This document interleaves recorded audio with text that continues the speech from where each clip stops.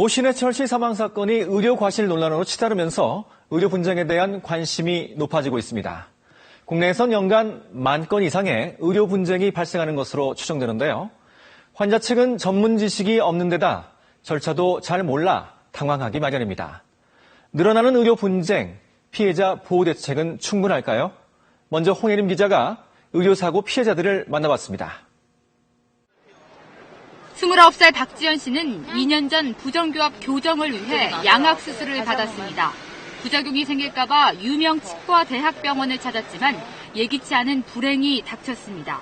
안면 신경마비로 왼쪽 눈이 감기지 않아 영구 장애 판정을 받았습니다.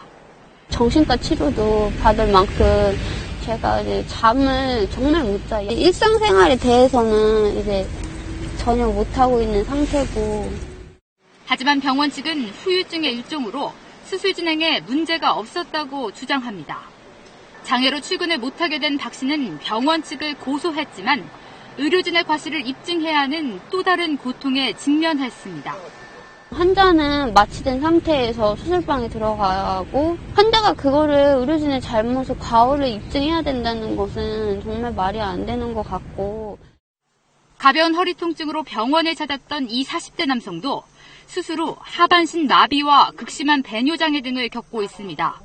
가까스로 걸음마를 떼게 된 이 환자는 계란으로 바위치기란 생각을 하면서도 소송을 준비 중입니다. 그냥 또 넘어가기에는 손해란 상이 들어요. 만약에 형제지가 아니었으면 과연 그렇게 수술했겠냐 하는 거죠. 환자들이 의료 전문 지식이 부족한 탓에 의사를 상대로 소송을 내는 경우는 전체 의료 분쟁의 10%인 연간 1,100여 건에 불과합니다.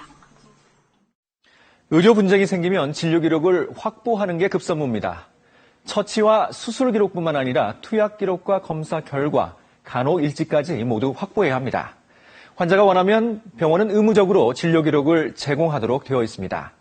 하지만 진료 기록이 자세하게 기재되어 있지 않거나 투명하지 않아 분쟁 해결을 위한 자료로 적절치 않은 경우가 많습니다.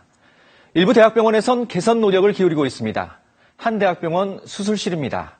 혈압과 맥박, 산소 포화도 등이 실시간으로 자동 기록되고 환자가 원하면 언제든 자료를 얻을 수 있습니다. 인위적인 기록이 아니기 때문에 기계에서 자동으로 넘어온 기록이기 때문에 그 어떤 신뢰도는 굉장히 높은 거라고 아마 얘기할 수 있을 겁니다.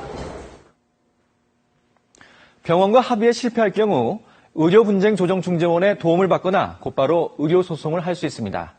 중재원에서 해결되지 않아도 의료소송으로 갈 수 있습니다. 환자가 조정중재를 신청하고 병원이 이를 받아들이면 조정중재가 시작됩니다. 모든 과정은 120일 이내에 이루어지고 결과는 법적 효력을 갖습니다. 그러나 고 신해철 씨 사건에서 보듯 의료 과실을 입증하기란 쉽지가 않은데요. 보완할 점은 무엇인지 정성호 기자가 취재했습니다. 이 40대 남성의 아버지는 지난 8월 신부전으로 입원했다가 한 달 만에 폐렴으로 숨졌습니다.